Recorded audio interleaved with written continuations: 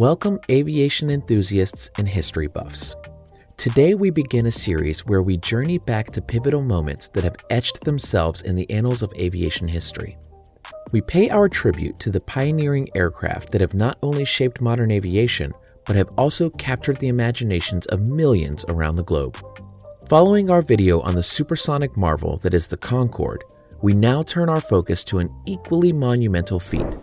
In this episode on iconic aircrafts, we explore the legendary airplane known as the Spirit of St. Louis, which accomplished the first ever solo, non-stop flight from New York to Paris.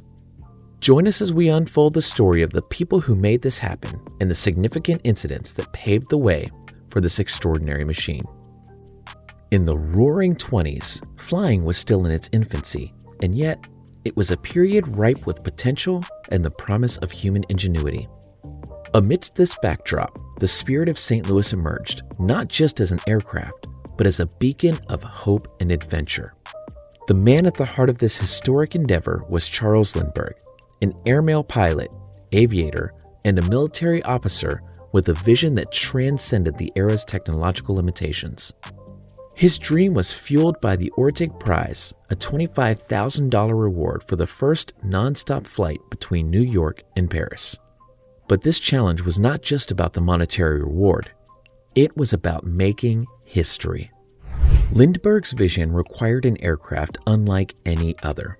With the support of two St. Louis businessmen who helped him raise $15,000, hence the aircraft's name, Lindbergh approached the Ryan Airlines Corporation in San Diego to build his custom plane.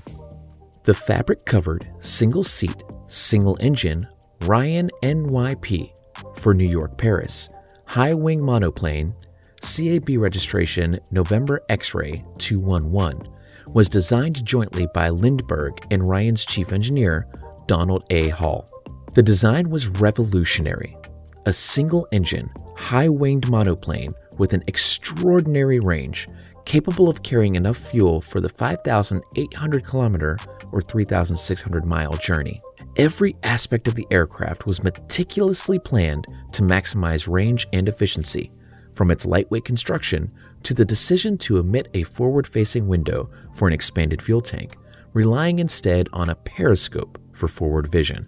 The Spirit took to flight very soon after, and after a series of test flights, Lindbergh took off from San Diego on May 10, 1927. He went first to St. Louis, then on to Roosevelt Field on New York's Long Island. On May 20, 1927, the world held its breath as Lindbergh took off solo from Roosevelt Field in New York. His destination, the Le Bourget Aerodrome, about 11 kilometers or 7 miles outside Paris, and 5,810 kilometers or 3,610 miles from his starting point. The Spirit of St. Louis, heavily laden with fuel, barely cleared the telephone wires at the end of the runway, embarking on a journey fraught with peril. Over the 33.5 hours of his flight, Lindbergh faced many challenges, which included skimming over storm clouds at 10,000 feet, or 3,000 meters, and wave tops at as low as 10 feet or 3 meters, fighting exhaustion, constant threat of disorientation from sleep deprivation, and equipment failure. Man and a machine fought icing, flew blind through fog for several hours, navigating only by dead reckoning as Lindbergh was not proficient at navigating by the sun and stars, and he excluded radio navigation gear as heavy and unreliable. However, he was fortunate that the winds over the Atlantic canceled each other out, giving him zero wind drift, and thus was able to navigate accurately during the long flight over vastly featureless ocean. The morning of May 21, 1927, marked a moment that would forever be etched in history. As Lindbergh and the Spirit of St. Louis descended upon Le Bourget Field in Paris, they were greeted by an ecstatic crowd of about 150,000 who dragged Lindbergh out of the cockpit and carried him around above their heads for nearly half an hour. The impossible had been achieved. Lindbergh's successful solo non-stop flight across the Atlantic was more than a testament to human will and ingenuity. It was a catalyst that changed the world's perception of aviation. It demonstrated the potential for commercial and transatlantic flights, bringing the world closer than ever before. The Spirit of St. Louis's historic flight was a monumental achievement that spurred a wave of enthusiasm for aviation. It led to increased public support and investment in the aviation industry, which would eventually pave the way for the development of modern commercial air travel. Charles Lindbergh became an instant hero, symbolizing the daring and adventurous spirit that defines aviation. The aircraft itself, now housed in the Smithsonian National Air and Space Museum, remains a testament to this remarkable feat and the spirit of exploration that continues to drive humanity forward.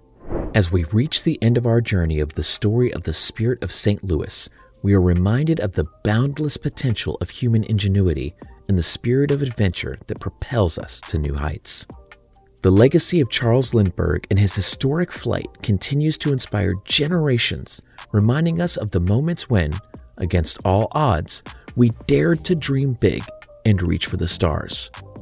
Thank you for joining us on this incredible journey through aviation history. If you've been inspired by the story of the Spirit of St. Louis and the indomitable spirit of those who dare to explore the unknown, make sure to subscribe and stay tuned for more episodes on iconic airplanes that have shaped our world. Fly high, dream big, and until next time, keep your eyes on the skies.